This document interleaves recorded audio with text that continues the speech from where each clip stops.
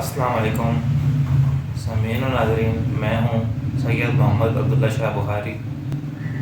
دوستو، آج ہمارے ٹاپک ہے وہ کون کون سی چیزیں ہیں جو اسلام ہمیں بولتا ہے کہ بچپن سے ہی سیکھ لیں۔ جی حضرت، گفتگو کا آغاز کریں۔ بسم اللہ الرحمن الرحیم۔ جی عبداللہ بخاری صاحب، بہت اچھا سوال کیا آپ نے۔ اسلام ہمیں بچپن ہی سے ہماری تربیت کرتا ہے، وہ چاہے ہمارا باڈی ہو، ہمارا بدن ہو، چاہے ہمارا دماغ اور ہمارا ذہن ہو۔ دیکھیں، دو قسم کی تربیت ہوتی ہے۔ ایک تربیت آپ کی ذہنی ہے۔ دراصل ذہنی تربیت ہی آپ کو ذہنی طور پر، عقلی طور پر، دماغی طور پر تندرست رکھتی ہے، اور جتنا آپ دماغی طور پر تندرست ہوتے ہیں اتنا ہی آپ کی باڈی اور جسمانی طور پر آپ تندرست اور خوبصورت نظر آتے ہیں۔ اسلام سب سے پہلے بچپن ہی سے جس بات کا ہمیں حکم دیتا ہے وہ ہے پاکیزگی۔ اسلام ہمیں پاکیزگی کا درس دیتا ہے۔ بدن کا پاکیزہ ہونا، کپڑوں کا پاکیزہ ہونا، ہمارے سونے کی جگہ یعنی بستر کا پاکیزہ ہونا، ہمارے بیٹھنے کی جگہ کا پاکیزہ ہونا، کھانے پینے کی چیزیں وہ پاکیزہ ہوں، وہ جن برتنوں میں ڈالی جائیں وہ پاکیزہ ہوں۔ پھر کھانے پینے سے پہلے ہمیں بسم اللہ الرحمن الرحیم، جو قرآن مجید کی سب سے پہلی آیت ہے، وہ پڑھنے کا حکم دیا گیا ہے کہ ایک تو چیزیں پاکیزہ کھاؤ، دوسرا پھر اللہ تعالیٰ کا نام لے کر کھاؤ۔ بسم اللہ کی تو بہت سی فضائل ہیں، لیکن میں پاکیزگی کے اعتبار سے بات کرتا ہوں کہ آپ صلی اللہ علیہ وسلم نے ارشاد فرمایا، اور یہ احادیث کی جو کتابیں ہیں، مختلف کتابوں میں یہ موجود ہے کہ جس چیز پر یا جس کام سے پہلے، اور وہ کام اچھا ہو، شاندار ہو، مطلب ہے کہ وہ برا کام نہ ہو نا، یا منفی کام نہ ہو، نیگیٹو ایکٹیویٹی نہ ہو، تو اس سے پہلے اگر آپ بسم اللہ الرحمن الرحیم پڑھتے ہیں تو حدیث شریف میں آتا ہے کہ اس کام میں برکت ہو جاتی ہے، وہ کام پاکیزہ ہو جاتا ہے۔ تو اسلام ہمیں پاکیزگی کا درس دیتا ہے۔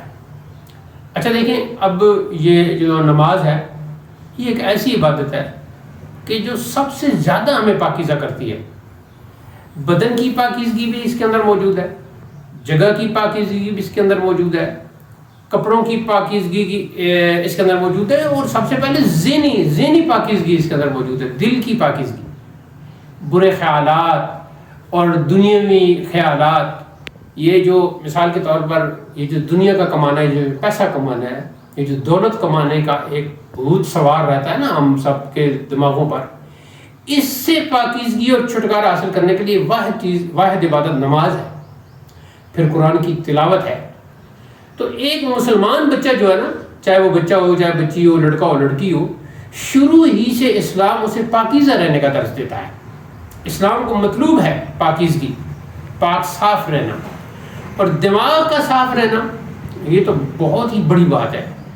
آپ کے دماغ جب صاف ہوتا ہے، پاک ہوتا ہے، پاکیزہ ہوتا ہے، تو اس میں انتہائی عقل مندی اور زیرکی، اور یوں کہہ لیں کہ وزڈم کہہ لیں، یعنی حکمت کی باتیں چل رہی ہوتی ہیں۔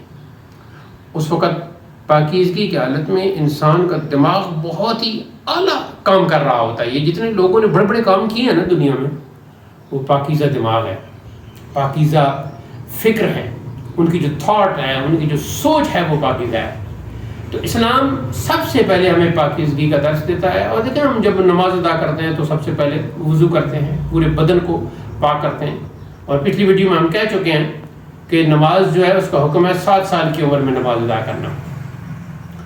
پھر یہ ہے کہ اسلام ہمیں یہ کہتا ہے کہ جہاں رہتے ہو اپنا گھر صاف رکھو، اپنی گلی صاف رکھو۔ اب ہم گلیوں کو صاف نہیں کرتے، گندی نالیاں ان کو ہم صاف نہیں کرتے، وہاں پانی پھر ہوتا ہے، گندگی جمع ہو جاتی ہے، جراثیم جمع ہو جاتے ہیں طرح طرح کے۔ آج کل کتنی بیماریاں ہیں، ان کی وجہ یہ ہے کہ ہم نے اسلام کی بنیادی تعلیم کو چھوڑ دیا۔